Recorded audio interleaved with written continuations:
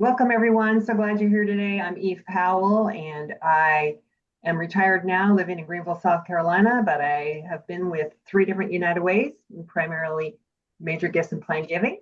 And I, for one, am very excited about our presentation today. I find it incredibly relevant and timely topic, and I'm glad that you're here.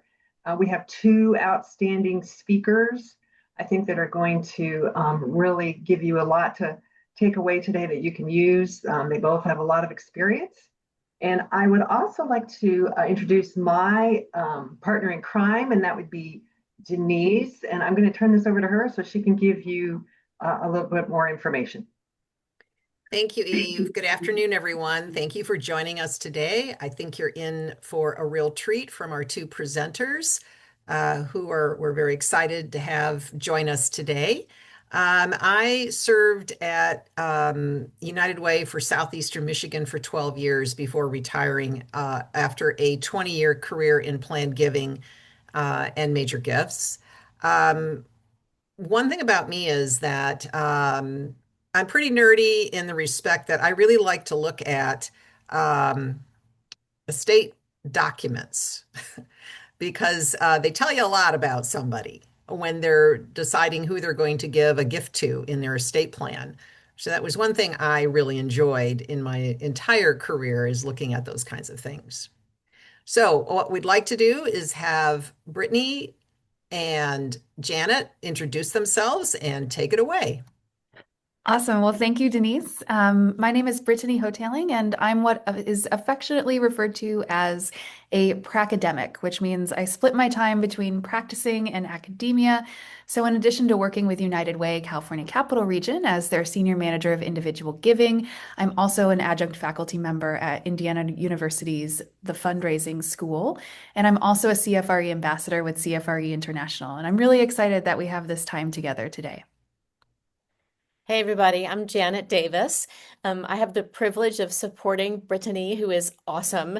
And I have to say, I've done a lot of these workshops over the years, and hardly had to do anything for this other than tell Brittany that her ideas were awesome and terrific, and I looked forward to presenting with her. And so I'm giving all credit where credit is due.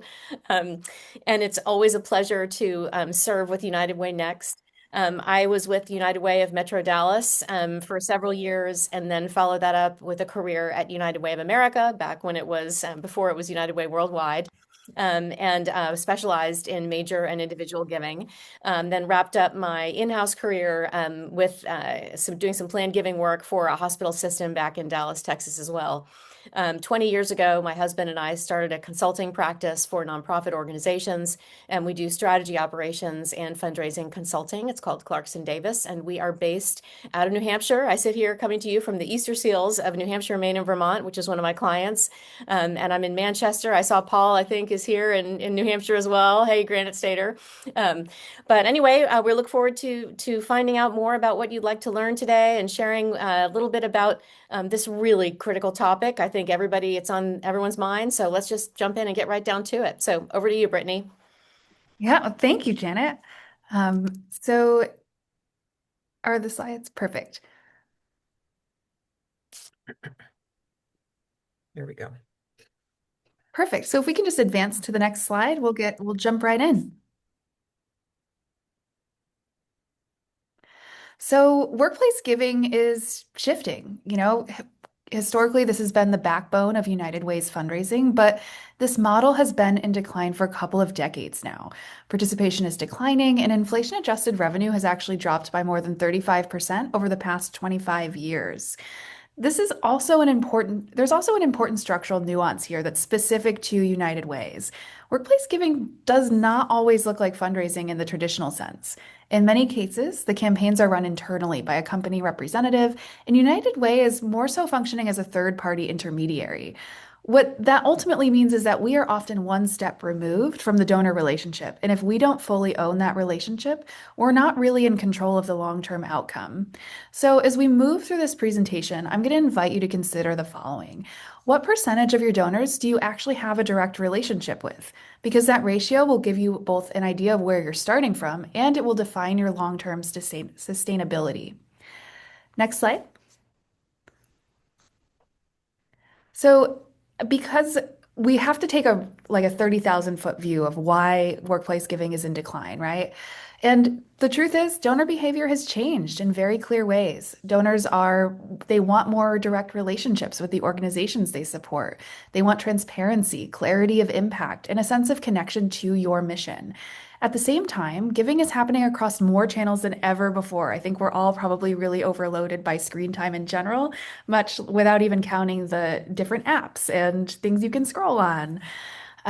So donors now have both more choice and they have higher expectations. And it's not just a channel shift, it's a shift in expectations around the donor experience. So as we kind of move through this conversation, try to ask yourself, if someone gives to your organization today, do they actually understand what your United Way chapter does and what their gift did? If not, that's not a donor issue, it's a systems issue. So next slide. So, calling back to the title of our presentation here, from transactional to transformative, what do those terms actually mean? Transactional fundraising is campaign-driven, one-time, and siloed. Transformative fundraising is relationship-centered, year-round, and integrated across channels. But we need to be really precise about what that actually means, because relationship-centered is often treated as a soft skill or a personality trait. But it's not. Fundraising is ultimately a discipline, and it's grounded in research and evidence. Once you have that strong foundation built from that research and evidence, that's when the art comes in. But the data is really clear on what drives retention and what drives upgrading and what drives long-term commitment. Being good with people is an excellent life skill to have. We all probably have it being in the field that we're working in, right? But it's not necessarily a fundraising skill. And what differentiates effective fundraising is the ability to design systems that consistently produce the right donor experiences at the right time. That's ultimately the work. So another challenge I have for you is to think about where you're relying on art and style instead of systemic processes in your current approach. Next slide. So I wanted to introduce, or we wanted to share with you a different way to think about growth. Growth ultimately comes from stronger systems. Revenue is the output of a functional system. So we need to define what a system actually is. So for our purposes, a system is a repeatable set of processes that produces a consistent donor experience over time. It answers three questions. What happens when a donor gives? What happens next? And what ultimately happens after that? If that experience depends on an individual staff person's effort, it's not a system, it's just an activity. And this is also where reciprocity becomes important. How many of you have read Braiding Sweetgrass? I do this all the time when I'm teaching in person, but I realized I can't see everybody's hands. So in Robin Wall Kimmerer's book, Braiding Sweetgrass, she defines reciprocity as the foundation of relationship. When we garden, we harvest the fruits of our gardens as gifts. And if we don't harvest them, the harvest slows and ultimately ends. It's not exchange, it's not transaction. It's based on reciprocity. And in fundraising, what we do on a day-to-day basis, that translates into something very concrete. When a donor gives, the organization responds or needs to respond in a way that's meaningful, timely, and relevant, and provide that sense of connection. If giving is followed by silence or inconsistency, that reciprocity is broken. And when reciprocity is broken, that's when retention declines. It's not philosophical, even though it kind of sounds that way. It's highly observable in the data that we see. And this is also why building your strategy based entirely on events may not help you long term. Events are valuable, but they're not scalable. There are limits to staff time and capacity, whereas building a system that is carried by multiple people throughout your organization allows you to deliver consistent, reciprocal experiences at scale. Next slide. Thanks, Eve. So what does the evidence actually show? The research is pretty consistent on this across, the fundraising effectiveness project and the Lilly Family School of Philanthropy. First experiences shape future giving. Retention then drives long-term growth. Recurring giving stabilizes revenue, and relationship depth is really what drives that long-term commitment. they're not tactics. They're ultimately system outcomes. And I loved, I can never remember what the stack of rocks is called. I believe it's called a cairn. But when you look at this photo, the bottom is ultimately, everything we're talking about today. We're building that foundation so that we can stack the rest of the rocks on top. Um, and at their core, the success of building that foundation and the results over time reflect whether reciprocity is happening consistently throughout every step of that system. So as you listen to the next section, I want you to consider, where is your system running into some roadblocks in delivering that consistently? Next slide. Thanks, Brittany. So I'll take it from here, and Ivy's going to be also advancing the slides for me. So thanks, Ivy. I want to just sort of ask you a question, Brittany, because we were on the phone the other day as we were preparing for this conversation, and you mentioned to me that you recently had made a gift to a veterans organization. Yes. And so, was this the first time that you'd given to that organization? Actually, yes, but I had been thinking about them for a long time because I had an uncle who was a veteran and he ultimately passed away. And in his obituary, they were requesting gifts to Wounded Warrior Project. So I finally got to a place where I felt the best way to honor him was by sending in that gift. And how did you feel about it when you did it? I felt connected to them, knowing that this organization was so important to my uncle, and they were so instrumental in his own healing as a wounded veteran. It made it kind of a no-brainer. Yeah. Did it cause you to like have any memories about your uncle or your family, or like was there any personal stuff that had a little ignite, or was it just purely like, okay, this is really good. I'm remembering about that, and I think that that was a good thing. It was more the second, they sent me this really beautiful blanket and a really quick thank you, and I felt seen by the organization, but I didn't necessarily give because of anything other than my personal connection to them. Nice, nice. I think that's, just such a great example of what we're talking about when we talk about the first experience shapes future giving. And I think we all know how there is a little rush that happens, whether you help somebody in line at the grocery store who's ahead of you, who falls a little short, or whether you buy somebody behind you in line at the coffee place and pay for their coffee just because you feel like it, or whether you feel motivated to give at your place of worship or to give at work to an employee assistance fund. There's a feeling that happens when we participate by sharing something with someone else. And as the people who facilitate that feeling, it's important that all of us remember that is what we do for a living. We help people feel that really good feeling of when they give and when they can help someone else. And even as it may be difficult and it may be daunting to imagine ourselves who are ordinarily maybe trained in workplace giving. Some of you on the call are, and some of you are not. Maybe you're coming to United Way from a place that was very focused on individual one-on-one giving. Regardless, the reminder that we all need to keep top of mind is that every time we pick up the phone and have a conversation with someone or reach out to someone via email or a text, the more personal and the more direct we can be about inviting them to feel this great, the more it'll be easy. And I know it's especially you come to the end of the year and you have to do your end of the, you got to do your New Hampshire Gives Day and you've got to call your donors and you just don't feel like picking up the phone because you're feeling like you're interrupting them and all of those things that come along with what we do for a living. I just encourage you to put up something on your computer or put up something in your office or even on your phone that says, I'm helping someone feel really good today. And not because your organization is delivering service, but because you are helping the donor feel really good today, right? They are part of your customer. So I just want to start there and say this notion of the first experience, make sure that it is really vibrant and present for you. When you say thank you, right, and this comes to the second piece, the tone of the thank you and the immediacy and the relevance of even if you don't have time, or you've got your gift processor is out on vacation, or whatever it is that might be causing a delay in the direct mail response, just remember, shoot them a text if you have it, or call them if you have the phone number within 24 hours.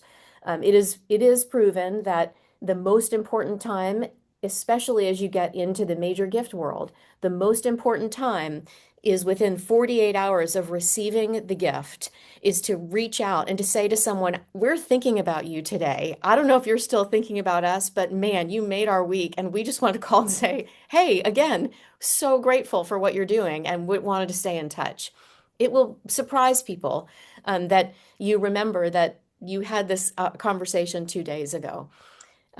When you think also about the notion of explaining what you do, there is a beautiful concept called that I'm very interested in at the moment, which is basically a one breath invitation.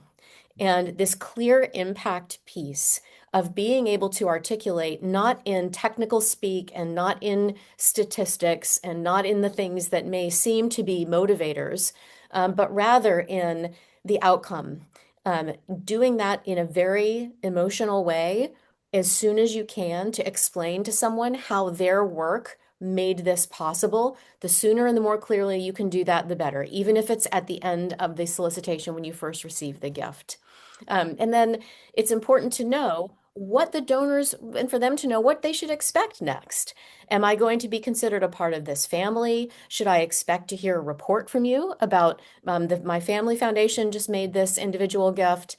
We'd like to know what's happening with it. Or do you just want me to come to your breakfast that you're having next Tuesday, right? Make sure that you always have that relationship development idea about, when am I going to see you again? Oh, I look forward to seeing you again. When should we get together for coffee? So you can go to the next slide, Ivy. Thank you. So that journey is important.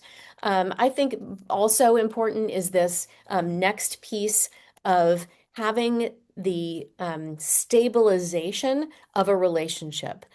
And there are many, many statistics that talk about, if you truly acquire a $100 donor through a direct response vehicle, and it costs $1.62 to secure that donor as an acquisition, then as you secure it and as you renew it, it will become more reliable. So in year one, if you get that gift renewed, you are more likely to get it in year two. You are more likely to get it renewed in year three, and then you're on the journey. And so the first year of ensuring that the person, the donor, recognizes that you see them, you know their name, you're grateful, and they understand what the impact is. It will help you. That is your first move toward that individual relationship that will make it much easier to renew the gift or upgrade the gift in the next 12 to 13 months. Also, we know as a fact, if someone has given to you multiple times, over time, that gift will increase.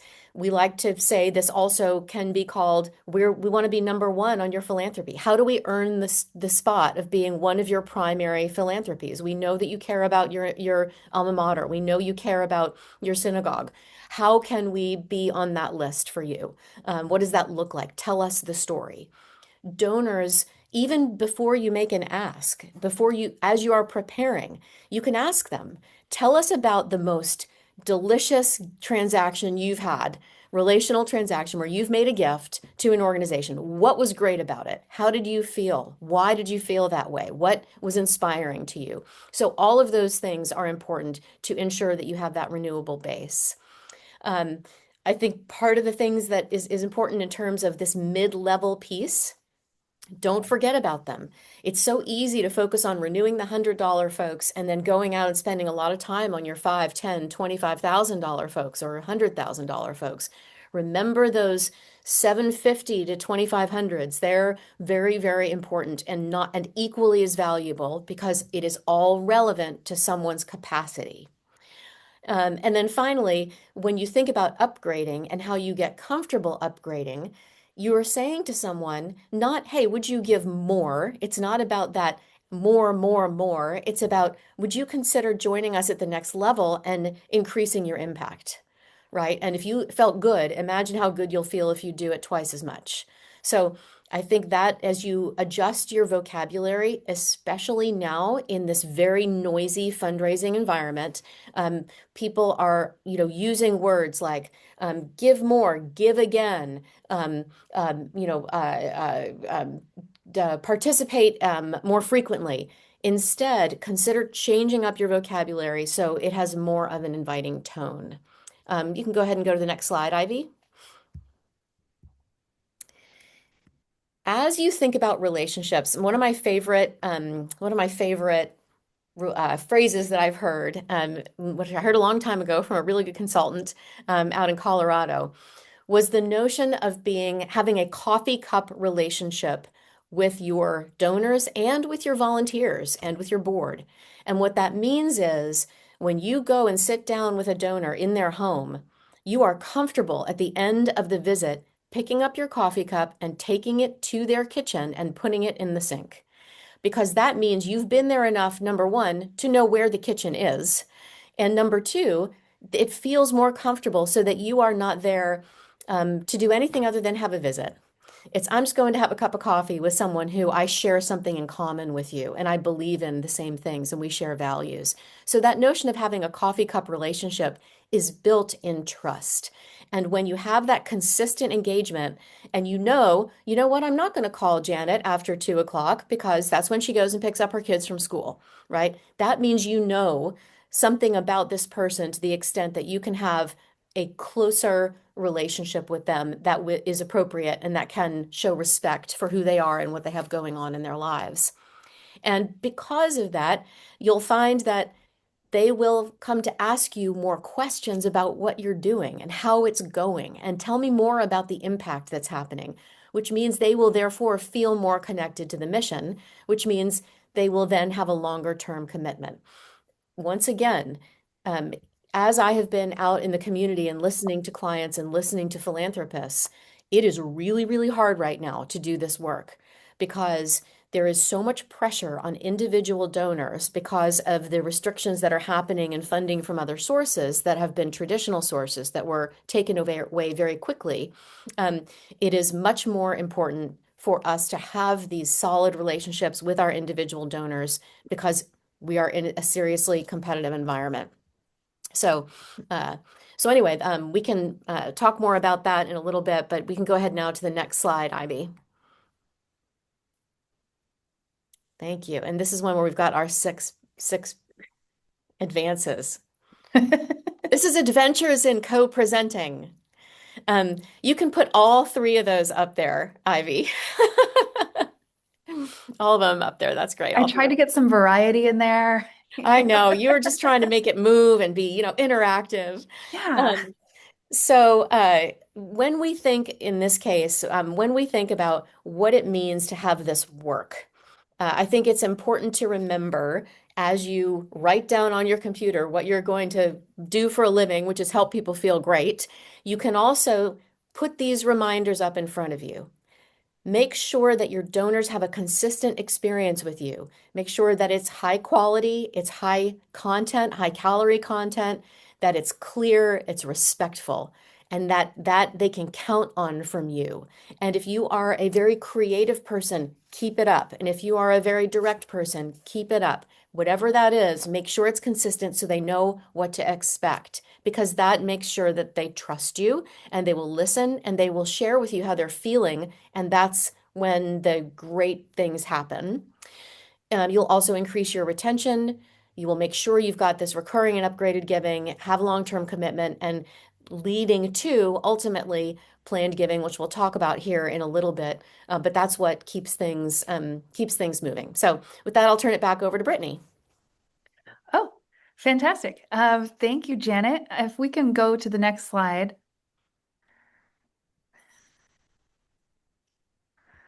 I really did switch up every single transition on that one. So, when we start building an individual giving system, it's important to keep some other misconceptions that are really common in mind. A lot of times, when organizations are newer to traditional fundraising models, we tend to default to the idea that individual giving is all major gifts. And there is a large part of revenue generation that comes from major gifts and ultimately planned giving.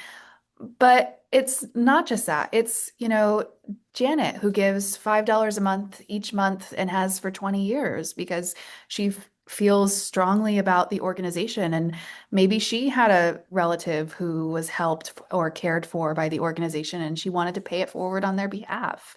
Um, you know, and it's important to kind of recognize that annual giving is ultimately the foundation of the system, not because of volume, but because of the structure. This is where a relationship might look a little bit different than with a relationship with a major donor. These relationships with annual giving and your annual fund are generally built at scale, and you're using multiple channels to drive your engagement with these individuals. So, Wounded Warriors didn't have to call me personally to ask me for a gift. I had a positive association with them because of one of the many channels that they had built. And it ultimately reached me, and I thought, oh, I would love to honor my uncle in that way. And making sure that you build a broad-based system to create that consistency that Janet was just talking about um, is a game changer when you're building any type of annual fund. So if we can go to the next slide. Thank you, Ivy. So what type of channels would be included in our system? Well, email and digital storytelling, making sure that we're consistently sharing similar messages, making sure we have a case for support that informs those messages. So in June, if we've decided to honor our volunteers that month, we have a very specific set of emails that go out. We have matching social media that goes out. Encouraging and educating donors on recurring giving programs. So making sure that, perhaps I should take a step back. Before we build our relationships across channels, we have to make sure our internal infrastructure is intact, right? So we want to make sure that we avoid the number one mistake I see most nonprofits make, which is having 37 systems when one will do. So having a functional CRM that covers most of your needs, and then anything that gets added onto that needs to be able to talk to that CRM, right? And that's really what allows you to build this foundation where you can run a recurring giving program and you can make sure that your donors aren't running into friction when they're trying to give to you on a monthly basis. Social and peer-to-peer engagement. Like most United Ways, even if your focus hasn't been individual giving in the past, I'm sure there's board members or long-term volunteers that have been around and supporting your local chapter for a long time. So making sure that they're engaged in a way that it feels good to them, whether that's sharing some of your social posts around your big day of giving, or inviting people to their homes so that they can listen to Janet talk about the incredible programs that you're providing for the community. And of course, workplace engagement. That's an interesting model, right? What are some ways that we can reduce friction and bring United Ways closer to the people that are giving to us directly? And of course, direct mail and integrated appeals. They're an oldie but a goodie, and layering them in is kind of functions as that additional touch point in building that relationship. Something that I like to share that is that in traditional sales, typically it's 15 to 20 touch points before someone's like, okay, fine, I'll give it a shot and I'll buy it. Happened to me the other day. It's how I got into drinking protein coffee. But if someone's already has an emotional proclivity to your organization, if they are already familiar, that touch point is a lot lower to making that first gift. So it's usually between 7 to 10. So they need roughly half of the amount of interactions to begin uh, a different type of relationship with your organization. So if we can go to the next slide, please. Brittany, if I could just jump in super quick on that last one and just have a little color commentary. When it comes to integrating the marketing department and either the major gifts department or just the campaign department, right? Depending on the structure of your organization. Now more than ever, ensuring that you're measuring at the very earliest opportunity conversions from when your marketing department does a great job of Mhm. telling a story or a call out on the public radio station or whatever it is, and people go and they're drawn to your website, making sure that whether it's through Google Ads, which are extraordinarily powerful and deep, and the algorithm is amazing when you learn how to do it. If you can monitor when it's set up properly by your marketing department, you can monitor how many people go to the website and then actually make a gift. And measuring those conversions is a very important statistic to measure because more and more people are wanting to do it then and do it quickly. And if it's not easy to see how to do it, or if for whatever reason it loses power once they click through, or if it's too complicated, whatever it is, fix it. Because those initial opportunities through these channels to have people self-identify are relatively inexpensive and they are very helpful and they can light up your acquisitions very quickly if you set them up properly. So, sorry, go ahead. No, and I would actually add to that. You bring up a really excellent point that we're going to get to towards the end of the presentation. We're going to give you some homework. You don't have to do it if you don't want to. But one of the things that we were going to ask you to do is when you leave this call, identify sources of friction. And what Janet just highlighted is a huge one. If it takes multiple clicks to make a donation, I think the studies have shown us that over 3 clicks, people tend to just for either leave the cart empty or they navigate to something else. We live in an attention economy now, so really making sure that we're identifying where there's friction and where we're making it unnecessarily hard to give to our organizations is paramount in building a healthy annual fund program. So thank you for that. If we can go to the next slide. Perfect. So, annual giving is ultimately the foundation. And it's not because of the volume, it's again because of that structure that we're building on from what Janet was talking about in an individual sense. And now we're talking about a scaled sense, right? So some of the tests for a healthy annual fund are, can you consistently acknowledge donors? Can you communicate your impact clearly and on a regular basis? And can you guide donors to a next step? This is also where your reciprocity becomes visible because it's not about a single touch point. It's about that pattern over time. And if that pattern is inconsistent, your retention rates will reflect that. And I think it's really important. One of the hill I will probably die on is pointing out that annual giving truly is the testing ground for engagement, and it is what leads to a healthier mid-level major and legacy giving pipeline. So when we think about plan giving in particular, we'll talk about misconceptions in a few slides, but one of the biggest is that, is only targeting people within a certain age group or that make large gifts. But your best legacy donors are going to be Denise, who gives $10 a month every single month for the past 20 years. That is long-term affinity and it matters. And also, the annual giving base builds habits and long-term connection. So, having these regular appeals going to Denise and her seeing what we push out on social media and receiving our emails, that builds that sense of long-term connection of, oh, I'm really supporting a great organization here. So if we can move to the next slide. So this is where it can get a little bit complicated, especially if you're building an annual giving system for the first time. But what does a strong system include? A defined first gift experience. We cannot overstate the importance of that enough.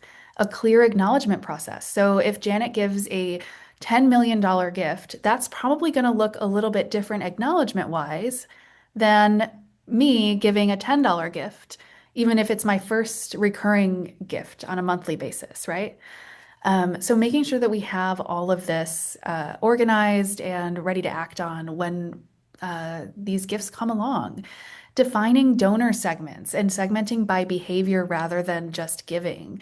There are, maybe Janet gave her $10 million gift, but it was for a specific purpose and for the establishment of a scholarship versus, Eve, who's decided to give $1,000 a month for general operating. So they would be managed differently, not just because of how much they're giving, but because their behavior tells us that their connection with the organization is inherently different.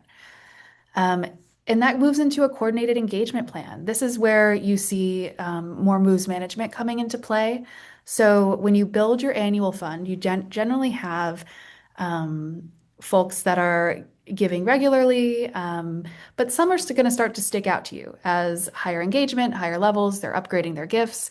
That's when we start working on moves management and we move them into the major gifts portfolio. So making sure that there's clear handoff procedures internally between staff and that staff recognizes what moves management looks like. Um, so all of these things have one thing in common. They are intentionally designed with the donor in mind and they are not assumed. So one way that you can kind of pressure check this for yourself is could someone new step into your role and deliver the same donor experience? And if not, then the system is not built yet. So if we can move to the next slide. So I'm going to go a little bit deeper on what Janet shared about the consistent donor experience. And it can't be said enough. Consistency builds trust. And without a system, that consistency depends on individual effort. With a system, it's embedded. And this is where we need to also define relationship clearly. A relationship is a pattern of consistent, relevant, reciprocal interactions over time. And each one of those elements matters. If any one is missing, that relationship tends to weaken. And I think I just want to flag here again that what often happens at our field is that we take major gift fundraising practices and assume that that is what all relationship building should look like throughout every part of the organization. But that's not how relationships work. I don't have the same type of relationship with Janet that I do with my boss here at United Way. So why would I have the same relationship with each donor? Um, we shouldn't be trying to force that same relationship. And I'd also like to flag here, it's not defined by how intensive it is. It's defined again on the consistency, relevancy, and reciprocity over time. And that's what this slide is really showing us in practice.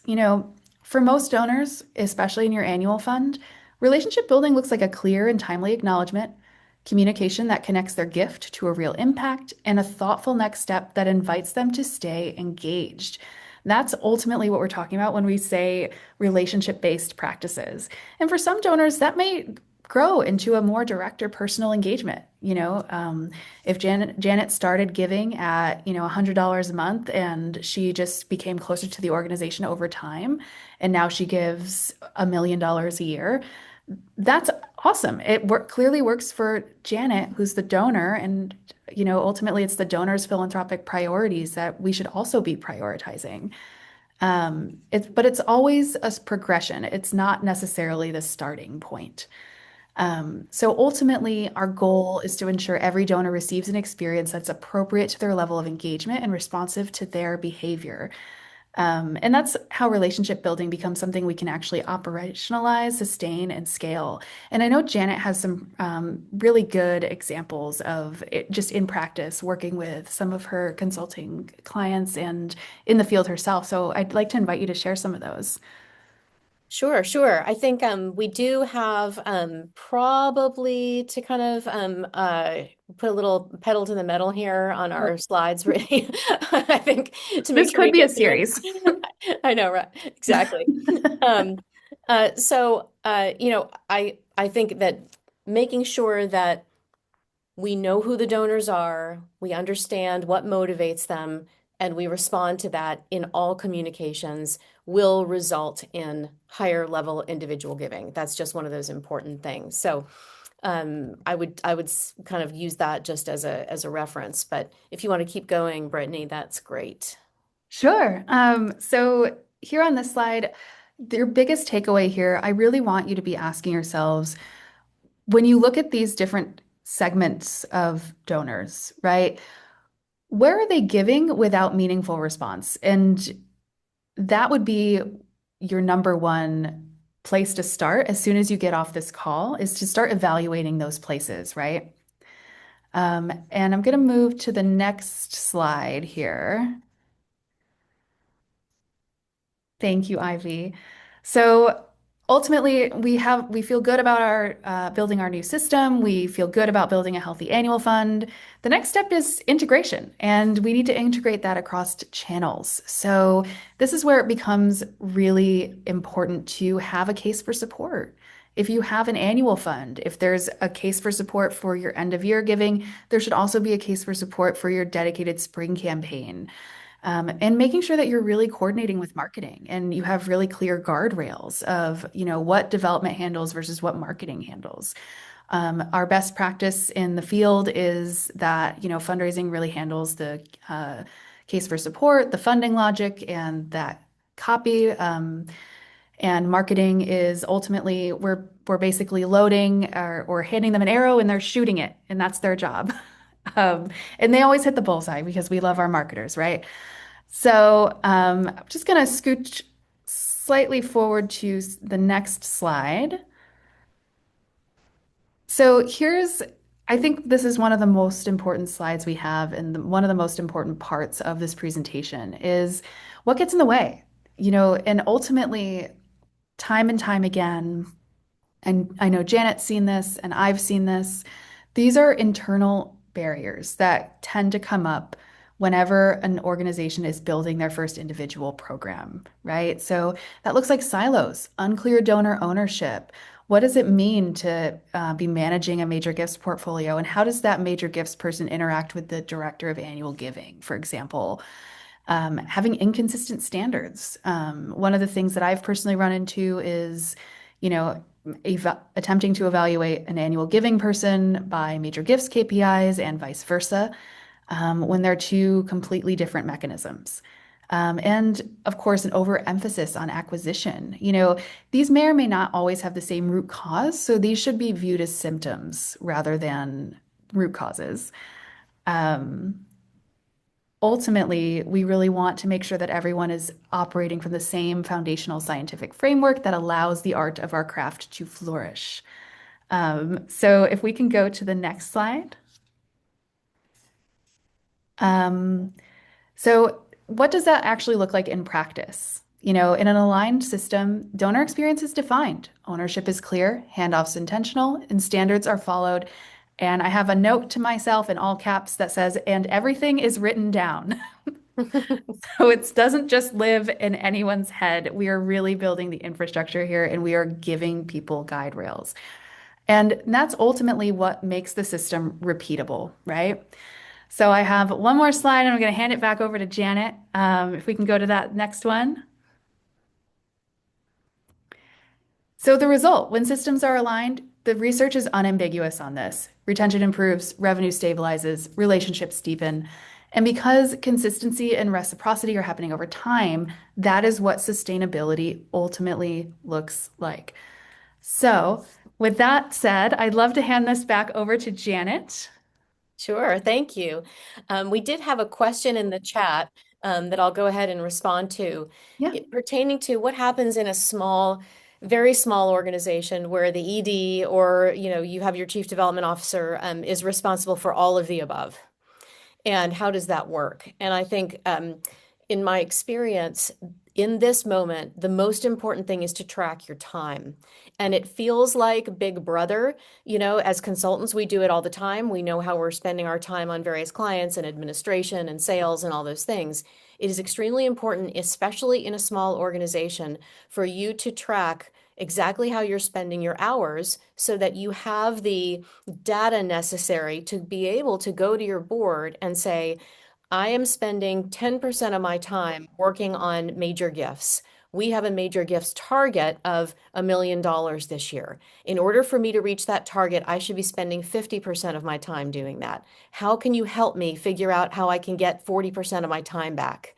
And whether it's through a volunteer or a board member being willing to come in and help enter gifts, or whatever is the appropriate way, whether they can put together maybe some money for a part-time person who could do gift processing, or someone to make sure that your data are clean or run your reports, or whether it's outsourcing some of the direct response to maybe you can find a local provider who can give you a really nice deal on doing some direct response either or some social media in kind. the point is to make sure you know how you are spending that time. So when you go to your board and you say, guys, either we're off and running, or I'm feeling a little like I'm worried about this forecast here because I'm not able to spend the time necessary on this particular area or target. Should we adjust the forecast or the target, or should we go ahead and invest in the time a different way? That's my recommendation for a first step in terms of that. Coming to the next slide, then, let's go ahead and jump over to slide 21, which is talking about this long-term engagement. And it also acts as a bit of a segue into a brief conversation about planned giving.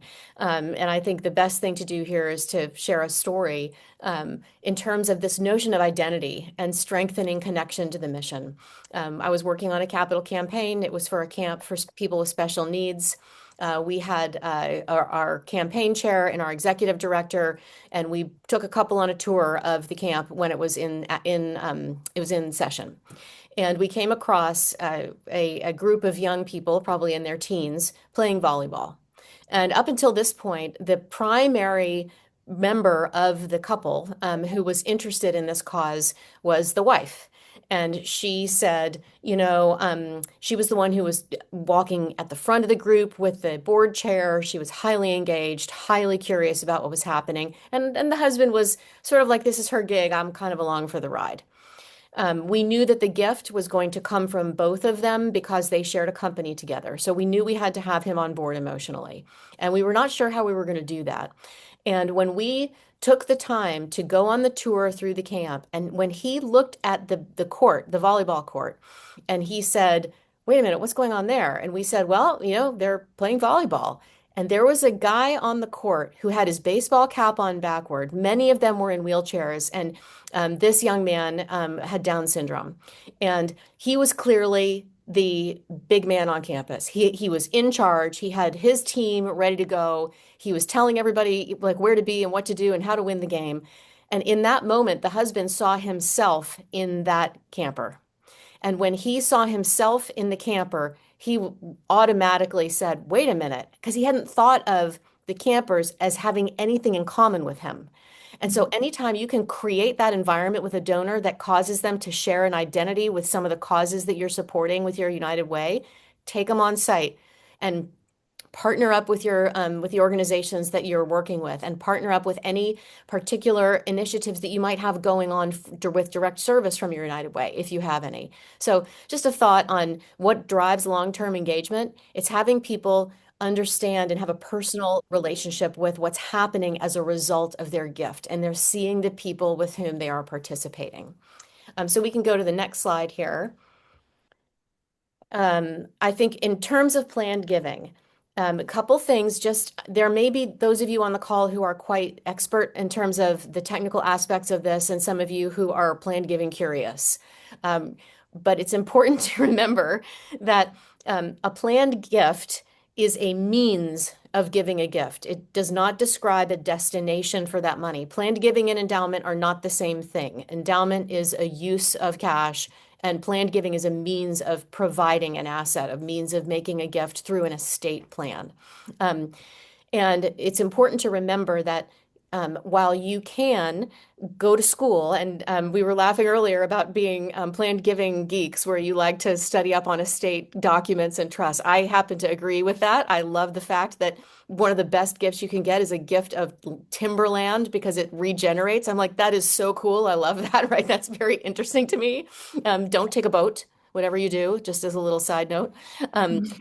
I think it's important to recognize that you don't have to be the expert here, and you shouldn't try to be the expert here, because that's the job of the estate planning attorney and the financial advisor for the donor. And it's your job to recognize the signs of when someone might be doing this kind of planning or be curious about it themselves. And you can say, it sounds like you're exploring these ideas. Have you thought about it at all? And if they say, I'm just trying to get started, you say, we'd love to have that conversation with you. And I'd love to, if you don't have any resources, we've got relationships with experts on our board or on our committee who would be happy to visit with you about where you are and how, what you might consider doing next. So it's important to remember you don't have to be the expert here. And also, it's okay to think about death. It's okay to think about what happens next and what happens after someone passes away, because there are people who are actively planning for this, and they want to have it be a simple transition for their family. They want to have it be an impactful transition for the causes they care about, and they want to have it be something that everyone feels good about at the end of the day, and you don't have family members grappling over it, and you don't have confusion, and you know exactly what's going to happen. And you can help them. Once again, the job is not to ask them for the gift, it's to help them feel great and to achieve their objectives with their philanthropy. So just some important things there when it comes to planned giving. And then finally, over to the next slide on the strong systems, right? Once again, back to the point, all of this is a balance of art and science. And so you must have this personal connection, the consistency, and the system. And then as that happens, people will start to recognize that at the end of the day, they do want to have the note in their obituary say, in lieu of flowers, please make gifts to the United Way of Central Oklahoma, right? That's the point. I've never been so sad as when I worked for a hospital system for so many years, and you have a candy striper who started volunteering for the hospital when she was in her teens, has volunteered there her entire life, and then in the obituary it says, in lieu of flowers, please make a gift to the American Cancer Society. Right?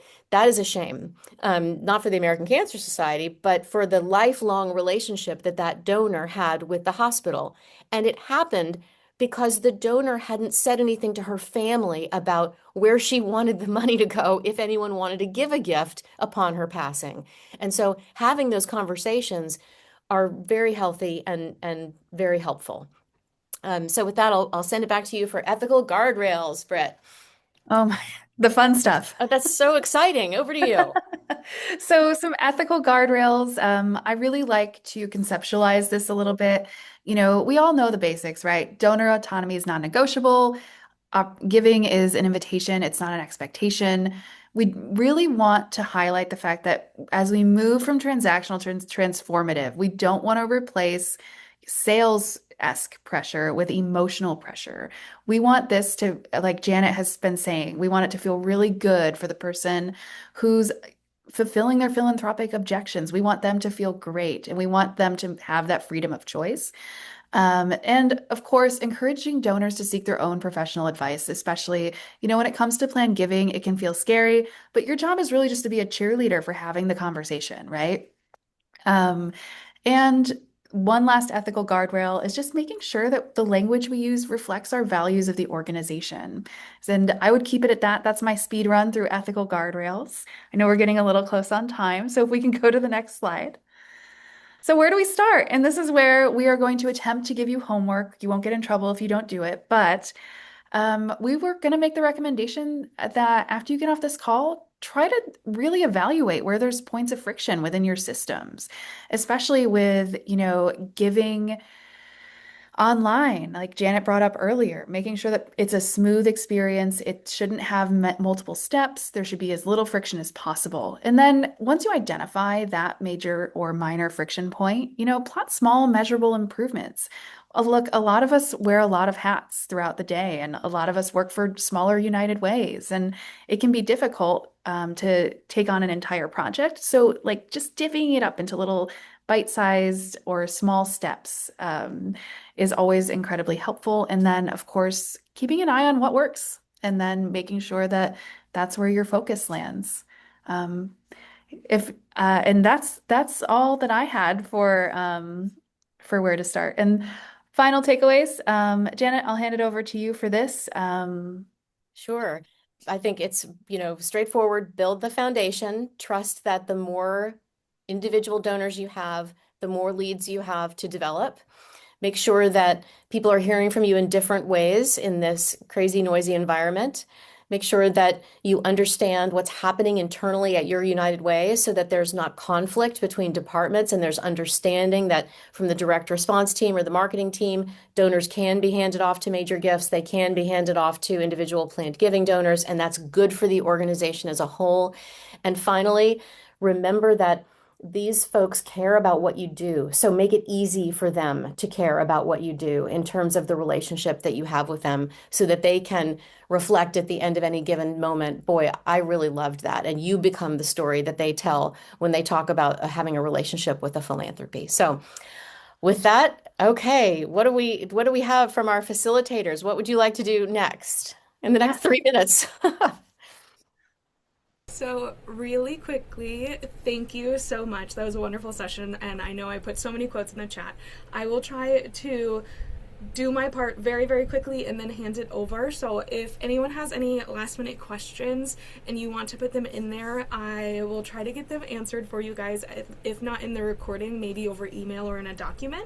And then if you have to hop off, thank you for attending. Thank you to our speakers, our facilitators, as well as our sponsors. As I mentioned earlier, we do have a planned giving and endowment mentorship program. And if you are interested in that, please reach out to Carol. I'll include the information in my follow-up email. So thank you to Mutual of America, Front Stream, Third Sector Company, and Board Build. And then at the end of all of this, there will be, when you close out of the call, a maybe 60-second survey just to give us your feedback on the session and to help us ensure that you are getting the most out of your time with United Way Next, as well as, if you are a member, your membership experience. And I think that is, I want to say, everything that I have on my end. You'll get a follow-up email from me with the recording, the links, anything I included in the chat, the book that was mentioned, the slide deck, all of the things. Otherwise, I will hand it over to anyone with questions, or Carol, Denise, Eve, Janet, Brittany, any of you guys. Thank you, everyone. This was a very informative and well done session, and I appreciate everything you've said. Anybody have any questions from our group before we close?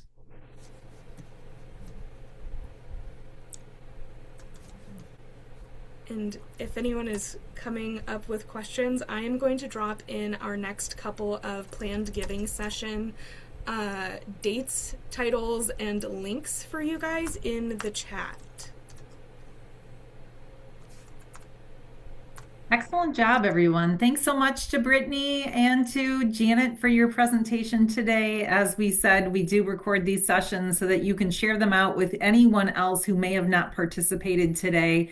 You can share this with your volunteers, your board members, your campaign cabinet, whoever could benefit from the information. And we do also have recording links on our website for all of the past planned giving sessions that we've recorded over the last 3 years. So if that's something you haven't already tapped into, know that that's at your fingertips. And with that, Denise and Eve, thank you for facilitating, Brittany and Janet for the presentation, and of course to Ivy for all the work behind the scenes to ensure these sessions go off without a hitch. Have a great week, everyone.